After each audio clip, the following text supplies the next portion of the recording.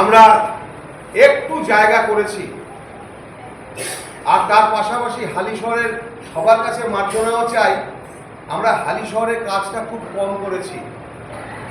আমরা বেশিরভাগই বাইরে নানান জায়গায় আমরা গিয়ে নাটক করি, কিন্তু হালিশহরের দিকে আমাদের ধ্যানটা একটু কম ছিল।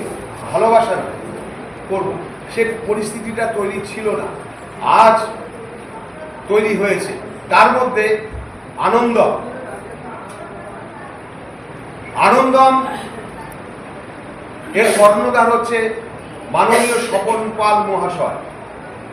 স্বপন পাল মহাশয় যে এরকম একটা মানসিকতা রাখে, হোক না পরিসর বড় নয়, ছোট হলেও একটা ফ্ল্যাট বাড়ি করতে পারতো বা একটা অন্য কিছু করতে পারতো, ব্যবসায়ী প্রতিষ্ঠান, কিন্তু সে সাংস্কৃতিক চর্চা করার জন্য একটা আস্তানা করেছে। এর জন্য বাংলা শিলচরের তরফ থেকে স্বপন পালকে স্যালুট জানাই। একটা জোরে হাততালি হোক স্বপন পালের জন্য। যারা থিয়েটার করে, আমার আত্মবিশ্বাস তাদের মনের ভেতরটা ভীষণ প্রসারণ হয়, সংকীর্ণতায় ভোগে না।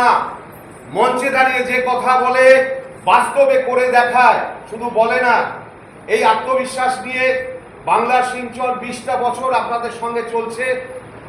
এইভাবে প্রেরণা দিলে আগামী দিনও চলবে।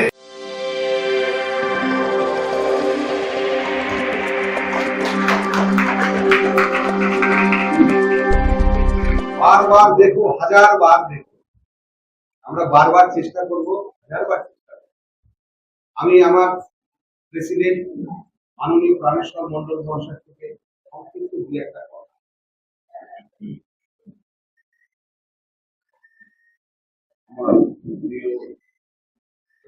আমাদের দলের এই পরিচালক বা মহাদেব যোগরাজ চৌধুরী, যার অক্লান্ত পরিশ্রমে দিবারাত্র পরিশ্রম করে তিনি এই দলটা পরিচালনা করেন, এবং আজকে ৬৫তম বর্ষে দলটি পদার্পণ করেছে।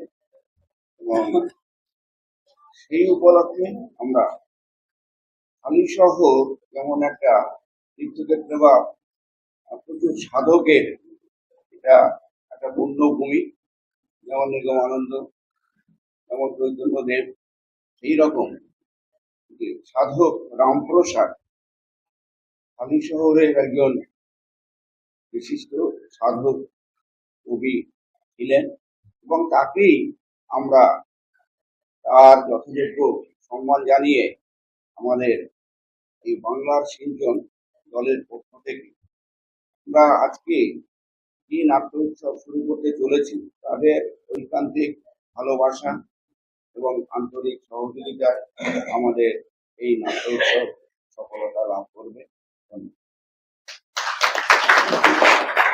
আমরা আমাদের মূল পর্বে যাচ্ছি নৃত্যের মাধ্যমে।